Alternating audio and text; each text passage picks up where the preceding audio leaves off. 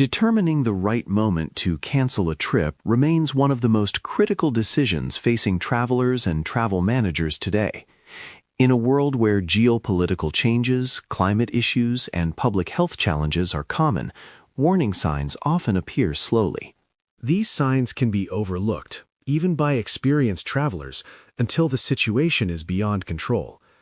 In this briefing, we will examine 8 commonly overlooked red flags, supported by guidance from official sources, such as the U.S. Department of State and the Centers for Disease Control and Prevention.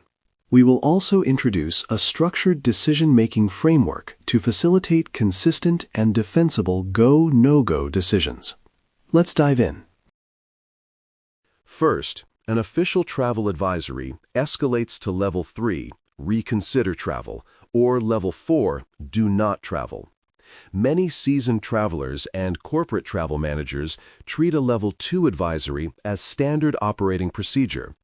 When a situation escalates to Level 3, there are increased risks, such as crime, terrorism, civil unrest, or limited help from consulates. At Level 4, the U.S. government clearly states that it cannot provide assistance in an emergency.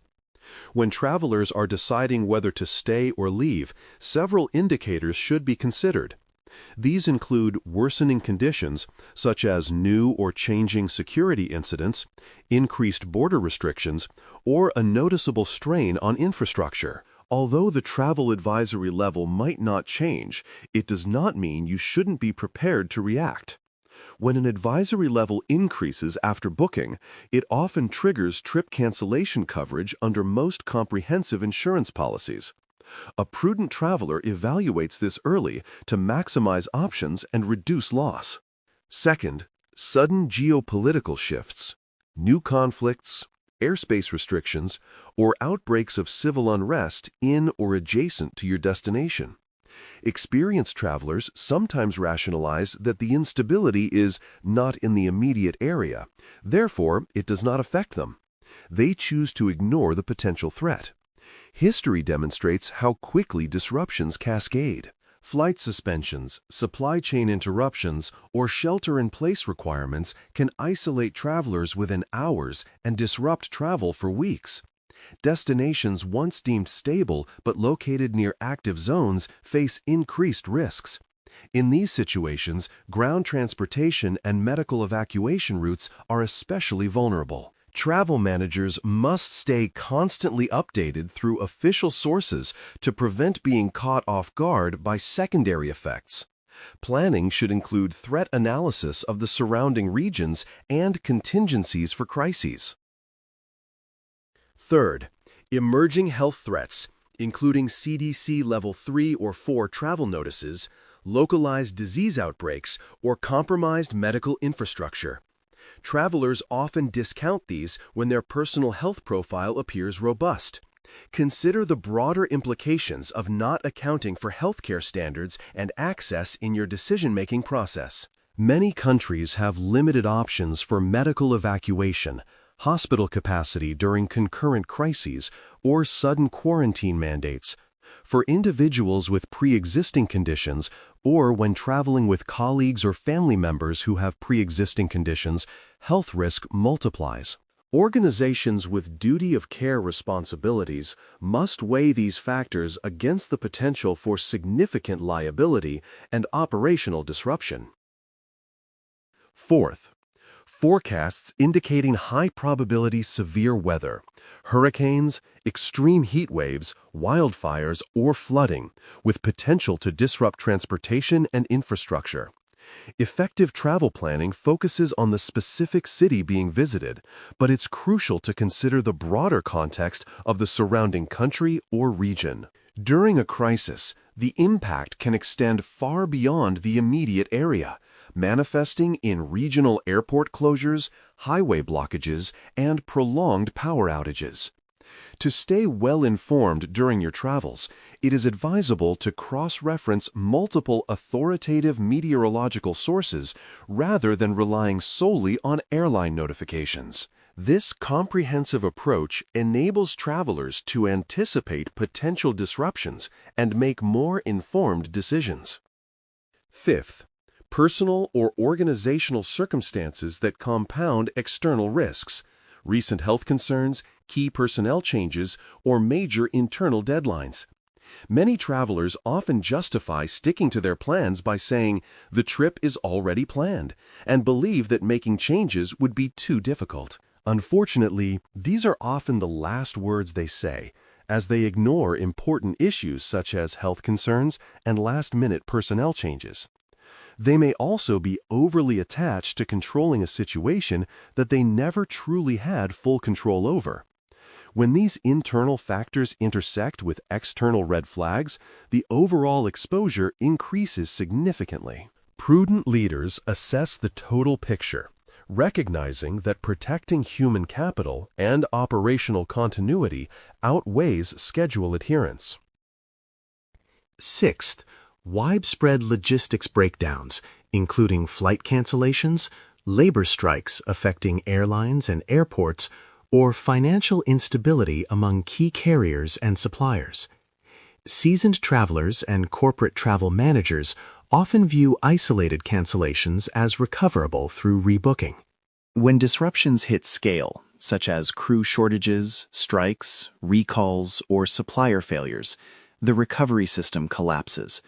Rebooking options disappear as inventory fills, connection times shrink, and secondary carriers become overwhelmed.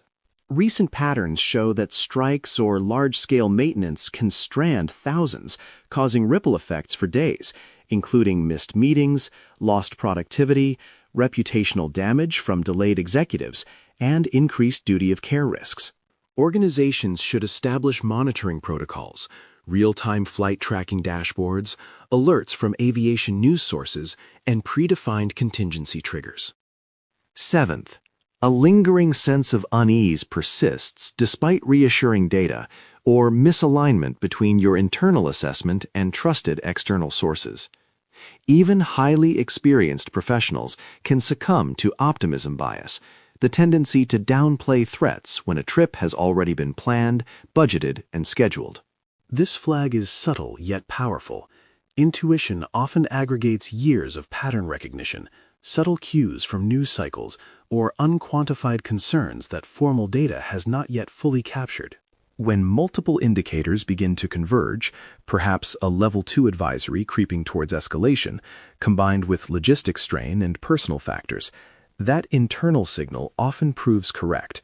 Ignoring collective professional judgment endangers individual safety and operational continuity. Leaders should institutionalize this by incorporating structured red team reviews or anonymous input channels before final go-no-go decisions. Eighth, approaching or imminent deadlines for maximum financial recovery. Organizations and individuals frequently overlook these narrow, time-sensitive thresholds amid the busyness of trip planning. Cancel for any reason or CFAR upgrades, offering 50 to 75% reimbursement of non-refundable costs for any reason, typically must be purchased within 10 to 21 days of the initial trip deposit. And claims often require cancellation at least 48 to 72 hours before departure. Airline waivers for rebooking or refunds can be even shorter-lived, sometimes expiring within days of an initial disruption announcement. Ignoring these windows can lead to significant recovery loss, making a manageable cancellation a major financial loss. Policies may exclude certain triggers or impose stricter conditions during declared emergencies or widespread events. Upon first concern, review policy documents, confirm deadlines, and notify insurers and suppliers. Establish protocols to flag dates in travel calendars and require pre-approval for bookings without CFAR or flexible terms. Early action turns potential loss into risk management. To support consistent decision-making, apply this straightforward framework. Assign each red flag a score from 1 to 5. Establish organizational thresholds in advance, such as automatic cancellation at 15 total points or upon any Level 4 advisory. Balance the cumulative score against the intrinsic value of the trip. available insurance protections, and viable alternatives such as postponement or virtual substitution.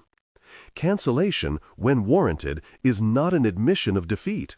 It represents disciplined risk management, the same standard we apply to every critical business decision. You preserve safety, protect resources, and position the organization for growth and a strong travel risk management program. Thank you for your attention. Travel wisely and lead responsibly.